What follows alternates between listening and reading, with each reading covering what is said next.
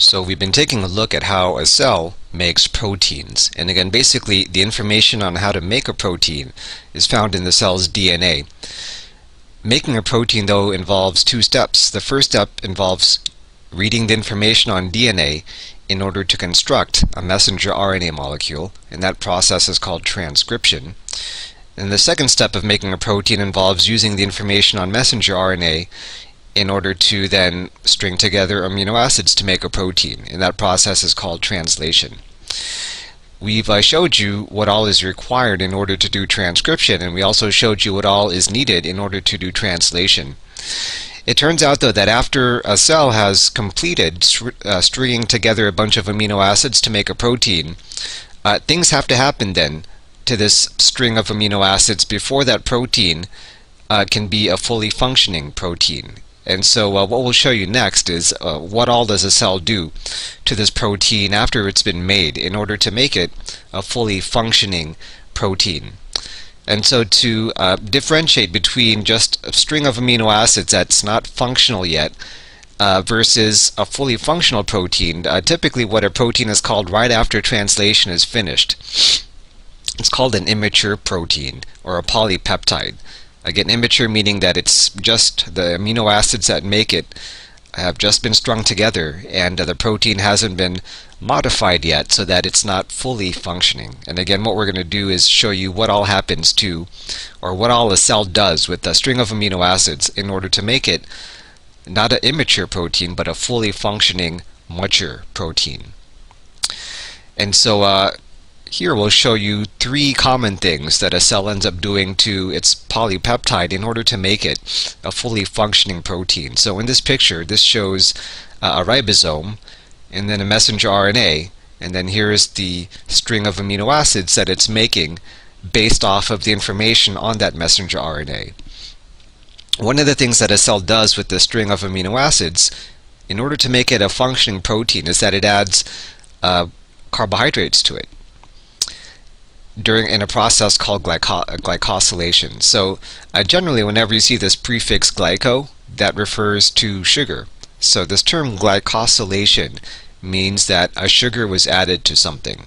And so in this particular case, a sugar was added to a polypeptide in order to make it a more fully functional protein. So in words, glycosylation just means adding carbohydrate groups to something. In this case, we're adding carbohydrate groups to a protein.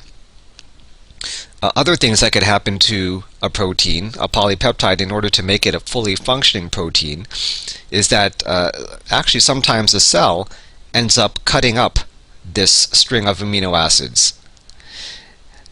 And whenever this occurs, whenever a protein is cut up, that process is called proteolysis. So if you remember, lysis means to cut up, proteo means protein, so literally proteolysis means cutting apart a protein or a string of amino acids. And then one other common thing that cells do to a polypeptide in order to make it a fully functioning protein is that they add phosphate groups to it. And so we've already mentioned what this term is called. It's called phosphorylation. So again, that just means adding phosphate groups to something. So you might be wondering, well, how do these activities make a polypeptide a fully functioning protein? Well, basically, glycosylation, what this does, by adding sugar groups, carbohydrate groups to a protein, those carbohydrate groups basically act as identification tags.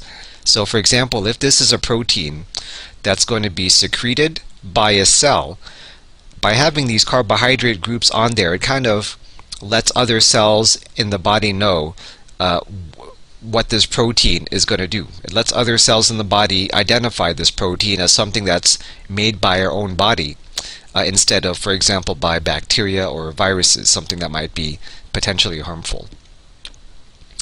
If you're considering these two things, so this seems kind of counterintuitive. So we're trying to make a fully functioning protein. It seems that cutting it up would make it non-functional. Well, it turns out that if the protein is cut in certain correct spots, it actually makes it so that it helps the protein fold in the correct way. So cutting the protein basically helps the protein fold in the correct way. And the same thing with phosphorylation. So adding phosphate groups places extra negative charges on a protein, and we saw earlier in the quarter that by adding charges to a protein, that could potentially help it fold in a particular way. So when you're considering proteolysis and phosphorylation, basically the reason for doing these things is that it helps the protein fold properly. And again, if the protein is folded properly, then it's more considered a fully functioning protein at that point. So back to the big picture here. So again, we're talking about how proteins are made. What we just said is that typically cells do stuff to this string of amino acids in order to make it a fully functioning protein. For example, the cell does stuff to this string of amino acids in order to make it fold properly. And so now after that string of amino acids has become folded in the correct way, now it can be considered a functioning protein or a mature protein. It turns out that proteins do lots of different things for a cell. So you might remember that some proteins act as enzymes, some of them are secreted from a cell and act as messenger molecules, some act as antibodies to protect us against bacteria and viruses.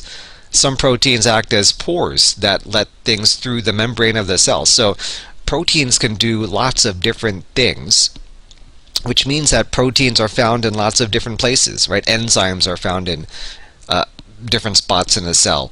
Pores are found in different spots of the cell. Antibodies are actually secreted by a cell. So in order for this mature functioning protein now to be able to help out the cell, to be able to carry out its function, it has to be delivered to the right spot.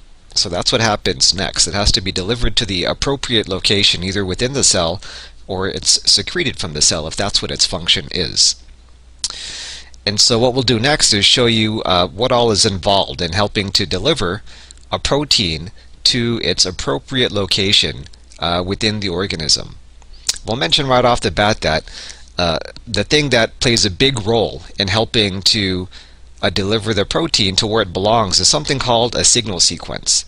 And like it says here, a signal sequence, it's basically an amino acid sequence that's found on the protein itself that kind of tags it, that lets the cell know where to deliver the protein so that it can do what it was meant to do. So what we'll do is that we'll show you some examples of different places where proteins can end up and how they end up going there. So here's a picture of a eukaryotic cell. So here are different organelles that you find inside of a eukaryotic cell. Whenever a protein is made, the thing that directly produces the protein, the thing that has the information to directly produce the protein, is a messenger RNA molecule. And so like we saw not too long ago, in order to use this information to make a protein, there have to be ribosomes involved. And so it's at the ribosome then that information on the messenger RNA is used to string together a bunch of amino acids to make a protein.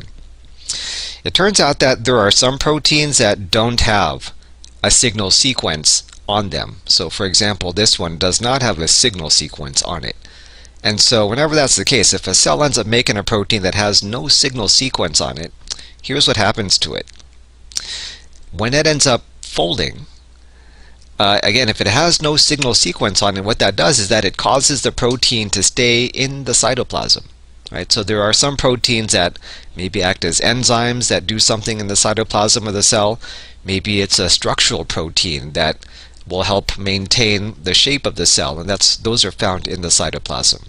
So there are several different types of proteins that do their job just within the cytoplasm of the cell. The way that the cell knows to keep it within the cytoplasm is that these are proteins that don't have a signal sequence on them. Right? So what we're saying here, the bottom line is that if a protein has no signal sequence on it, then the cell knows to make it stay put in the cytoplasm. That's where it's going to do its work.